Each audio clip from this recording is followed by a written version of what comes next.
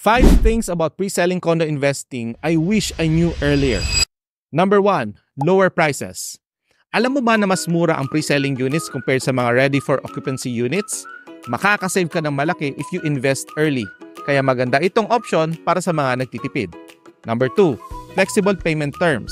Ang pre-selling condos usually offer flexible payment schemes. Pwede ka magbayad ng staggered or installment basis, kaya hindi masyadong mabigat sa bulsa.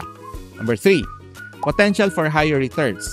Habang nagko-construct ang condo, tumataas din ang price nito. Kapag natapos na ang project, mas mataas na ang price ng unit mo.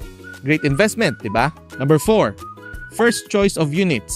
Sa pre-selling stage, ikaw ang unang makakapili ng best unit sa project. Corner unit ba? Higher floor? Magandang view? Ikaw yung pipili. Number 5, developer discounts and promotions.